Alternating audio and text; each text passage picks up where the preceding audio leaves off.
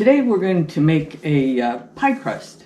Just learn, go over the basics about how you do it. Just the steps, and then you'll know.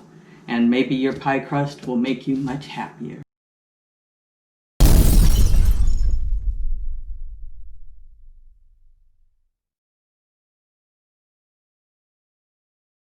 Pie crust, very simple ingredients, very simple recipes, a technique that one must learn and practice. So there we go. That's the thing with pie crust. First thing, making pie dough. You start with your flour.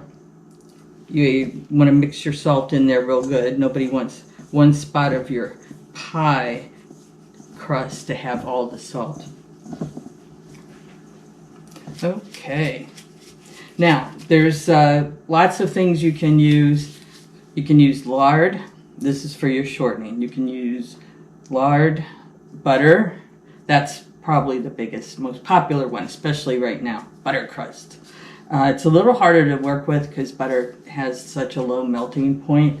I like to use, oftentimes, Crisco sticks. And these work real good. There's other things. What else? Not margarine. Don't do it. Chef police will knock on your door. Okay, we've got our butter and our salt mixed up. Next thing is to put in our type of shortening, whatever we're going to use, since we're working with this today. And basically, pie crust recipes are a ratio. It's 3 to 2 to 1. So if your flour is the 3, your shortening is the 2, and your water's the 1. I find that you end up using a little less shortening than that, and definitely a little less water than that, depending on where you live, all that kind of stuff, what your humidity is. So anyway, I'm going to break this into some little pieces. This step, which looks like kind of a duh, what is she doing, will help shorten the process. No pun intended. So we're just going to get these little clumps. Same thing with butter, except it's easier to slice. And you want this at a cool temperature. If your butter is too soft, you're not going to get any flakes. So you want it a little hard. And I was going to talk about an alternate method than this right here is your food processor. If you don't have a lead finger, like having a lead foot, you're going to have it in there and you're going to go zit, zit, zit, zit for about 8 zits, and you're done. So if you're going to use a food processor, it's fine. It's good. It makes a very consistent pie crust. But over mixing is like the biggest problem. So, but here, this is a little more fun. Anyway, if you've got the time, the other thing about the food processor is cleaning it up.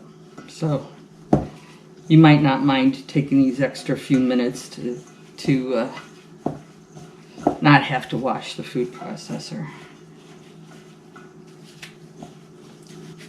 And this is, once you get it to a certain point, you can start rolling it a little bit more, keep doing this. You're probably going to want to use the knife method, with taking the knife and cutting things in, if you use butter, because you're going to want to use your butter colder, so it's going to be harder to do this with. This is one of my favorite parts of the Crisco method, is that it comes up nice. Now, I'm getting this to a certain point, and you read these recipes, they all say pea size. Well, I've seen some different size peas. Big peas, little peas. Get it to where it's not starting to mix in, not starting to make clumps that are too big, but have your shortening the size, you would not want to get a bite of a piece of shortening, say this big. Okay, so, oh, I saw there's a couple of those left, so let's mix it up just a little bit more. And that's pretty good right there. The other thing it does is if you do this, it's going to start to look like pie dough. So, now here's the thing with the water. The only other ingredient is the water. Has to be cold. Not faucet, not, you know,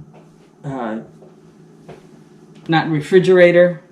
Get yourself some ice water right there. And we're going to measure our water from there. So don't worry about measuring that. Just make sure you got at least, with this single pie crust, I used 1 1/4 cups of flour. I used 1/2 cup of the shortening. So we're going to have anywhere from 3 to 6 tablespoons of water go in here, but one at a time and cold. So that's why we don't measure the water out, because we're not sure how much we're going to use, and we're going to measure it out as we go. And this is going to be a nice, lovely cup of. All right, let's do the same thing. The other thing that's bad about, maybe it's going to be difficult about making pie, don't overwork your flour, because gluten works against flaky. They don't like each other. Don't work your dough too much. I'm being really gentle with this. And I think it's almost there. I don't have a bunch of floury stuff at the bottom. I'm starting to get it clumped. Oh my gosh, look at that. I just needed the 3 tablespoons. Balling is not as much as working, so don't work it. Ball it up real good like that. Look at that. We've got a pie crust. Okay, now I'm taking the gloves off, which were mainly so I didn't get so much pie dough under my fingernails. And I'd let this rest a little bit, like any dough if you've seen any other videos. Let your dough rest.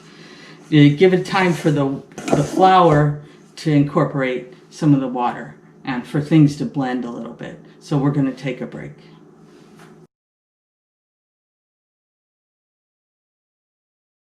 Go cards! Rolling pie dough. Here, pie dough. There we go. You need to get a little good base of flour on your board.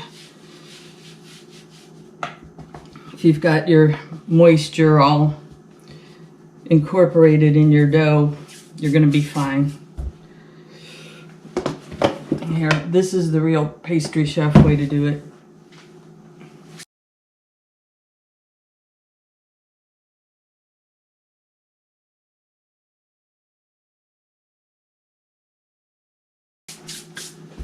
But if you're a pastry chef, you got somebody cleaning up for you. I've got my dough kind of in the right idea. If I wanted to roll a square one, I would get a square, because you want to start out kind of with your shape the way you want it. I'm starting it out slowly. When will she start rolling? Probably about now. With pie dough, especially, because basically you're moving the dough. Some doughs roll out and stretch and, you know, croissants and different things. But pie dough's pretty much like a cookie. It's a block. So you're rolling out from the center and never go off the edge.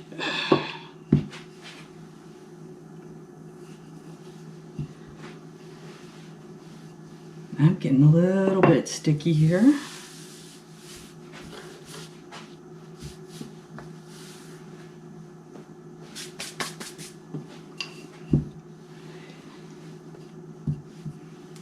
This is a single for what will eventually grow up to be a sweet potato pie.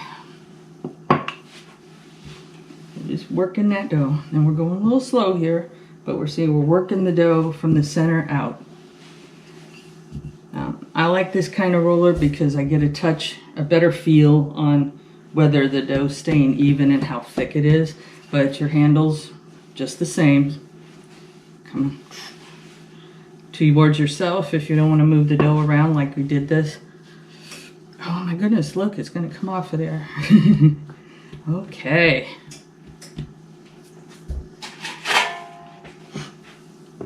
This dough's a touch dry, not going to hurt anything. But we might have to stick it back together. Uh-oh, cooking spray. I'm going over here to do this.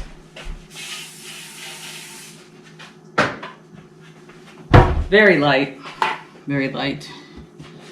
And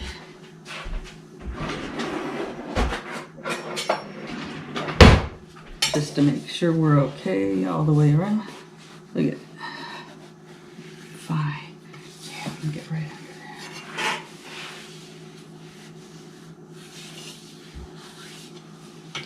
under there. Okay. Now I like to do the single fold. A quarter's just pressing your luck. Because all this edge part is giving you something to work with when we want to make it pretty.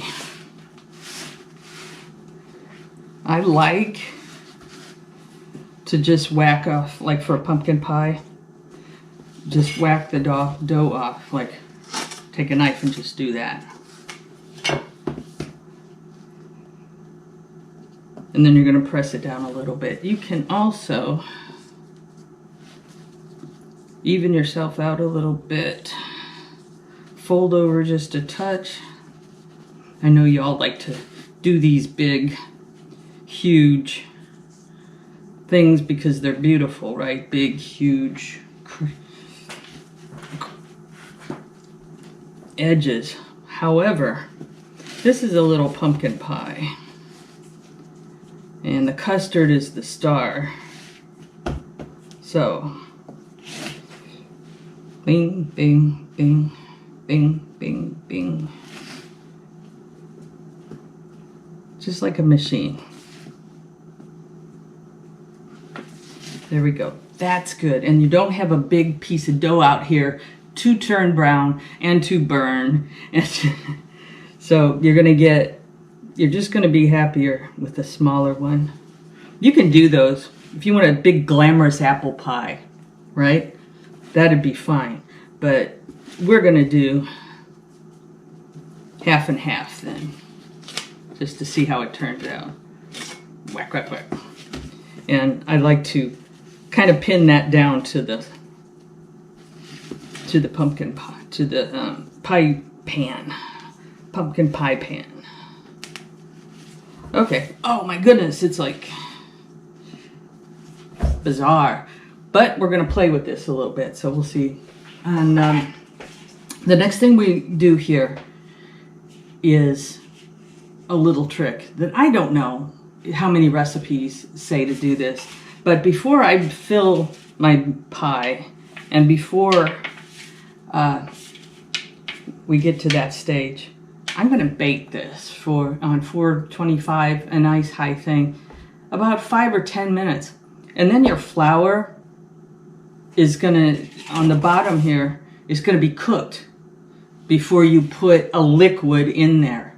And you're going to get yourself a little bit of a separation. You know, it's a little bit of, if it's cooked, it's not going to soak up the filling as much and have that gooey layer of pie dough. We want to cook it a little bit, get the flour cooked, get everything incorporated, and it's a way of setting, just setting the bottom crust. You could do that with other things too, but you really don't need to. While we're baking, and our pie dough is, our pie crust is baking, just a little side thing in case you want to get all fancy for your friends and relatives when they can come over. This is just a convenient size. You can use it like a bottle lid or something. I rolled out the extra dough, and I think we're gonna make a little decoration for the top of your pie. Just gonna make 4 little leaves. Pardon me. Okay, now we've got these about halfway in, another halfway in. Like I said, about a lid of a mayonnaise jar or something like that. You can make them bigger. Hold on, I know what that is. Okay. There we go.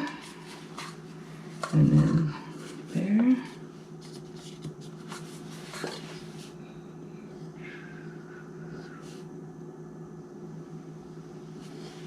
Oh, lovely. So we can kind of put them on the pie like that, but just take your knife, make a few veins. You need to come up the same direction. And they'll look oh so cute. But here's the trick. You're gonna put a liquid pie filling in there, pumpkin, sweet potato, whatever your custard. Wait till it's just about set. And if you've got convection, then you can kind of turn the convection on and get these just long enough to last 5 or 10 minutes, because that way they'll float on top there. And they'll just get a little browned around the edges and have a little dimension to them. And these little cuts will show up so that you can just kind of, very simple. You got some leaves like that. Helps you to cut your pie into 8 pieces too.